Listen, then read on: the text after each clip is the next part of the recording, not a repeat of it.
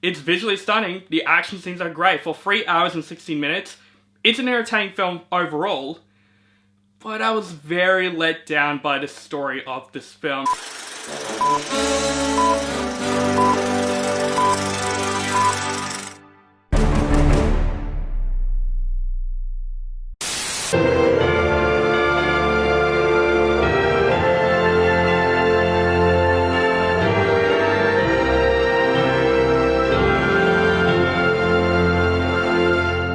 What is up, guys and Avatar fans? Welcome back to my channel.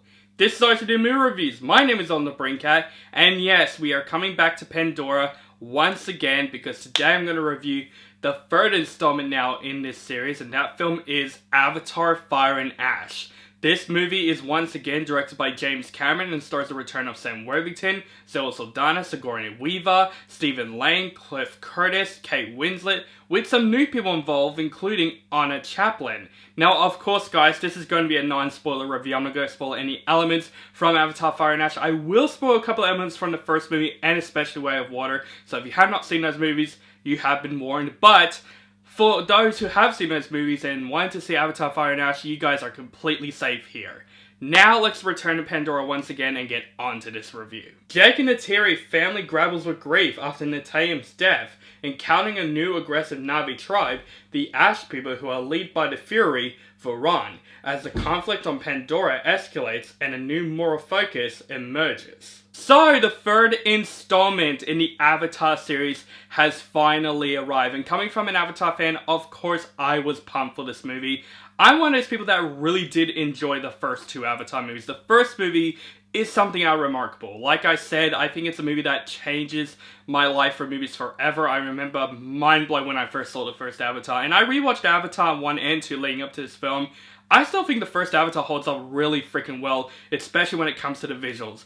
They will definitely always hold up very well, because these visual effects and motion capture work is some of the best I have seen in movie history. And of course, The Way of Water, definitely worth the wait. It's definitely a movie that I was so excited for, but also very skeptical about. But man, that movie exceeded my expectations and everyone, and I actually thought it was better than the first Avatar. So of course, I was pumped for Fire and Ash. I thought the trailers really do intrigue me. I love the world of Pandora, and I'm so excited to go back into the world of Pandora once again. Seeing these characters where they're up to after the events of The Way of Water, I was pumped for this film. So, what do I think of Avatar: Fire and Ash?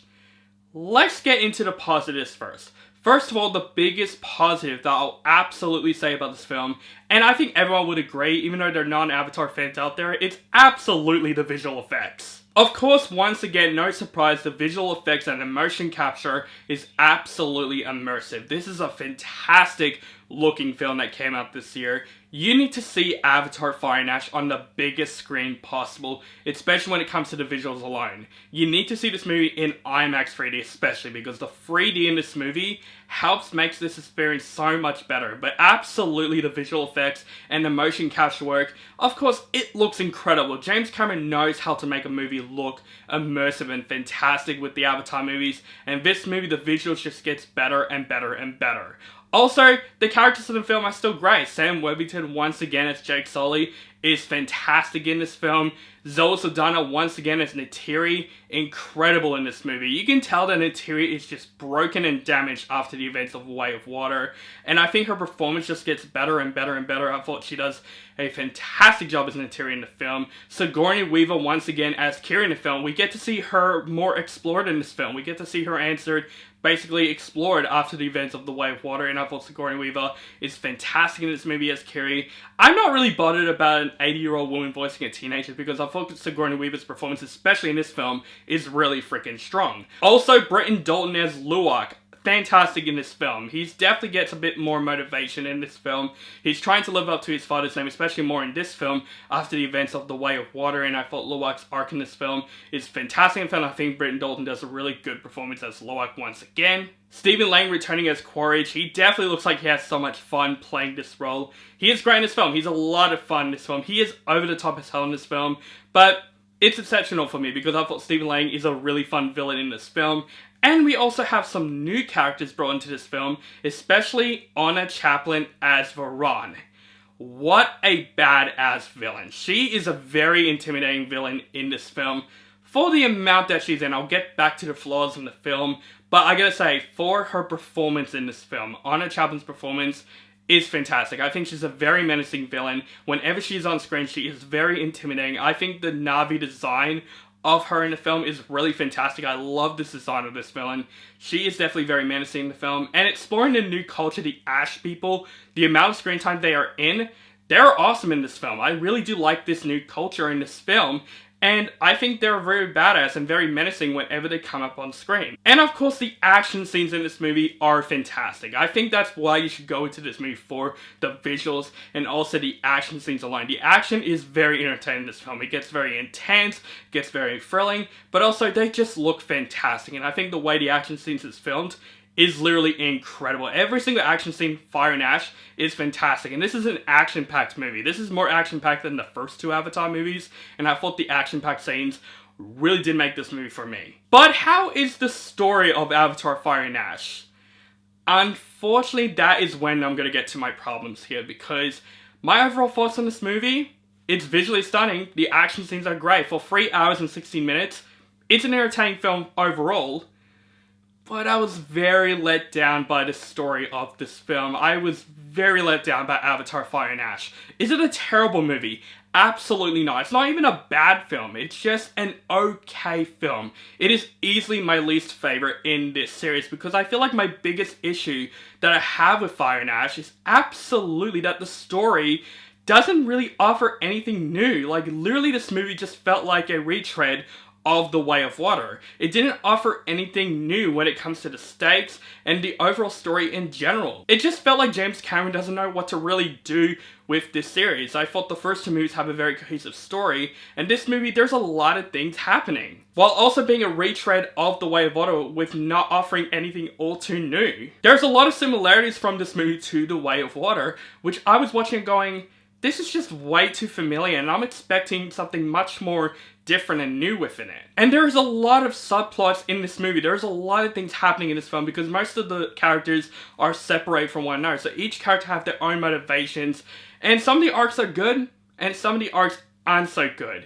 And I gotta say, Spider's arc in this film is one of the interesting aspects of the film. I really do like that concept that, you know, now it's humans that are starting to kind of brave in Pandora when it comes to Spider. Spider's communicating with A1's son to basically breathe without a mask in the Pandoran world. I thought it's an interesting aspect, except that I just find Spider so annoying in this film. And I felt bad for Jack Champion. I think he is a really good actor. I think he was great in The Way of Water, but somehow they just make this character more annoying in this film. They're trying to make him more of a comedic relief, which makes me not interested in this story overall, because I just didn't buy Spider in this film. There's just too many things happening in Fire and Ash, which I was so let down by, and the movie is just literally just a retread of The Way of Water. It's literally, I wouldn't say it's like a copy and paste movie, but it's more of a familiar plot like The Way of Water was. And also the Ash people themselves. Like I said, I thought the Ash people is really cool in this film. When you get to see them on screen, their culture is very interesting, and Varan is a really cool ass villain. The biggest problem with them though is that they're not in this movie all that much. They're not the main villains of this film. Technically, the main villain of this film is Quaritch once again going after the Sully family, with the Ash people just being kind of like a sprinkle on top. They're basically pushed aside throughout most of this movie. And when they're on screen, I thought the Ash people are really cool in this film, and I wish the film could have had more chance to explore their characters a lot more, especially Varan's character. I was interested in the character, but unfortunately they just felt like the side quests in this film. They just felt like side villains in this film. And this film is called Avatar Fire and Ash. And making the Fire and Ash aspect a secondary part of the film, I feel like we have a problem here. This movie is more of Avatar The Way of Water 2.0. That should literally be the title of this movie. Now, do I think James Cameron should keep doing these Avatar movies?